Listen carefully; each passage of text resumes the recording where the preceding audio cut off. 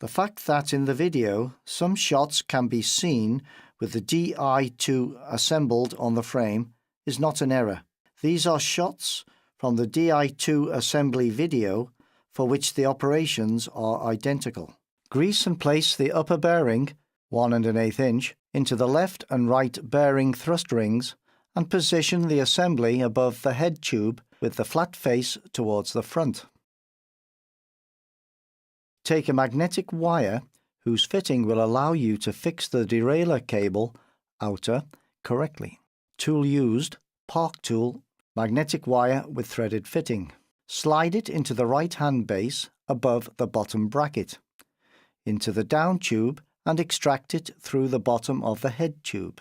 Take the derailleur cable outer, grease the end, pass it through the left or right-hand head tube top hole, seen from in front, and extract it from the bottom of the head tube. The length of cable outer to be extracted is defined by a preliminary layout of its internal route outside the frame, and allowing about 30 centimetres to come out.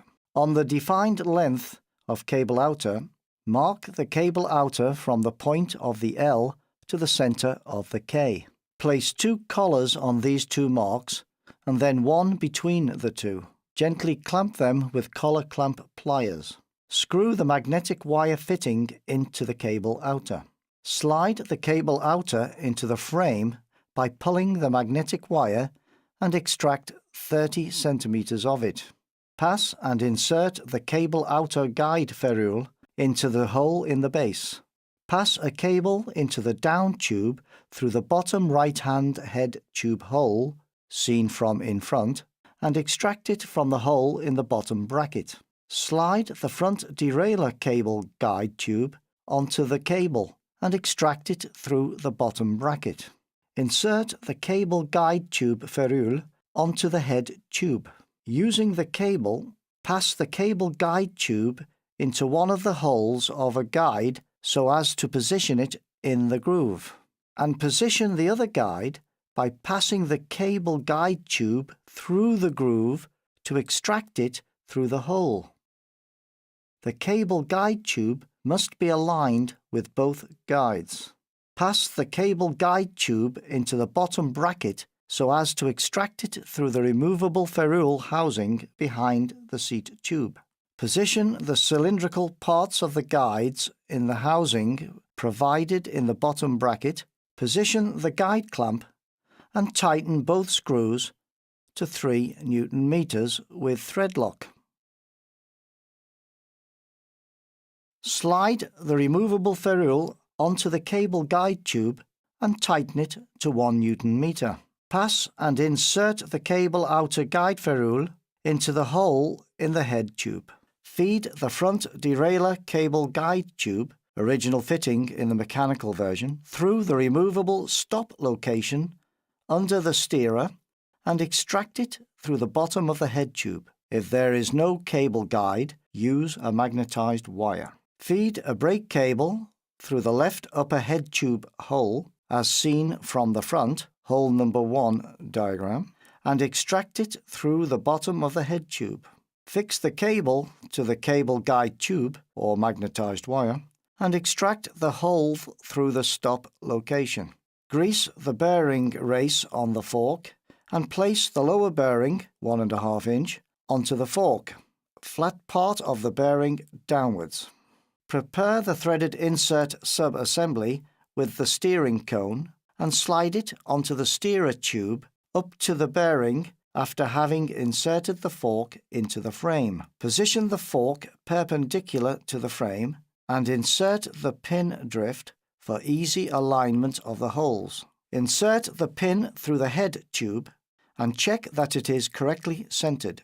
It must not protrude from the threaded insert so as not to hinder the tightening of the clamp ring. Apply 2 spots of weak thread lock, type Loctite 222, onto the clamp ring and screw it up without locking it for the moment. Use a flat tool to position a harness cover on the unused hole. Insert both rubber head tube hole cover plugs.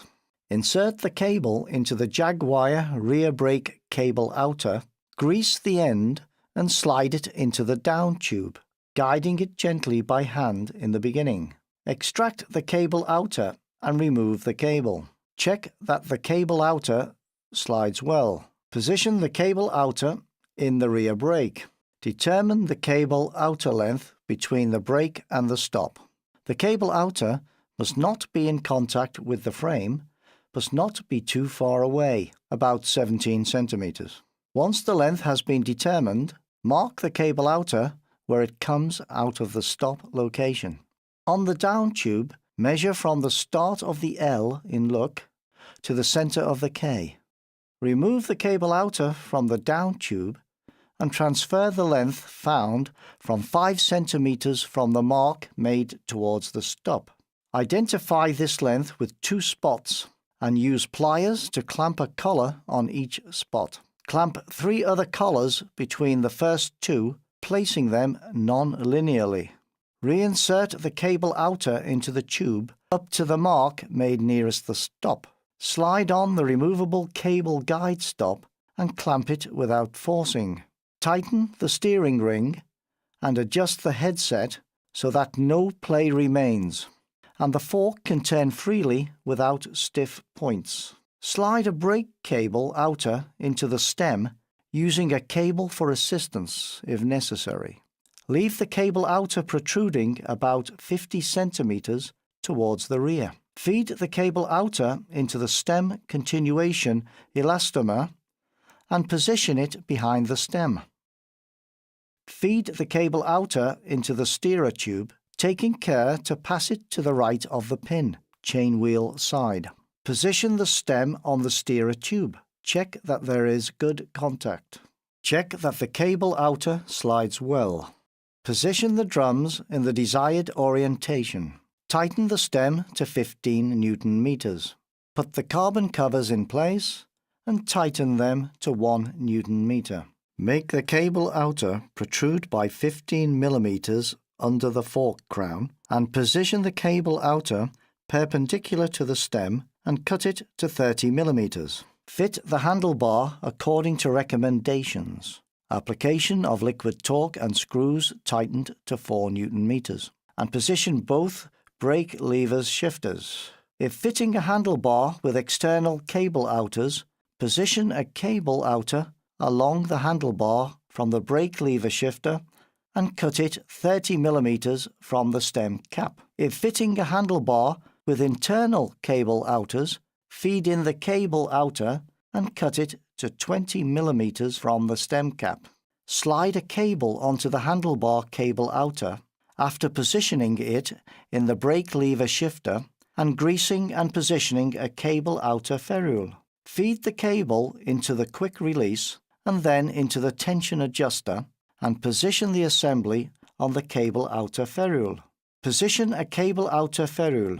Slide the cable until it comes out under the fork crown and pre-position the quick release towards the cable outer along the handlebar without tensioning the cable. Check that the tension adjuster screw is at more than 1 millimeter. Take the elbow, insert the cable through the ferrule and insert the cable outer. Check that the cable guide plastic tube protrudes 1 to 2 millimeters from the elbow to avoid the risk of friction. Position the elbow in the steerer tube by pushing the elbow cable outer assembly inside the steerer and gently pulling the cable towards the exit from the stem. Check that the elbow is in a horizontal position and not inclined. Feed the cable into the fork opening. Position the cable outer in the quick release, checking that the latter is in closed position. Place the pull rod on the left lever and position the elbow in the pull rod. Optional. If you want to fit cable protection, cut the bellows to 23 millimeters. Slide the cable through the cut part and place it in contact on the pull rod. Feed the cable into the guide and position it on the right lever. Feed the cable into the cable clamp. Tension the cable by placing the top of the levers just above the fork. Tighten the cable clamp with a 3 millimeter bit to 6 Newton meter torque. Adjusting the front brake. For rims wider than 24 mm, remove the washer from both pad holders. The maximum width compatible with the AEROLIGHT 2 is 28 mm. Put the wheel in place, check that the quick release is still in the closed position and the springs in the relaxed position. Move the brake lever fully several times to put the cable and outer in place. Adjusting the brake block clearance. Insert a 3 Allen key into the upper lever hole and adjust the brake block clearance.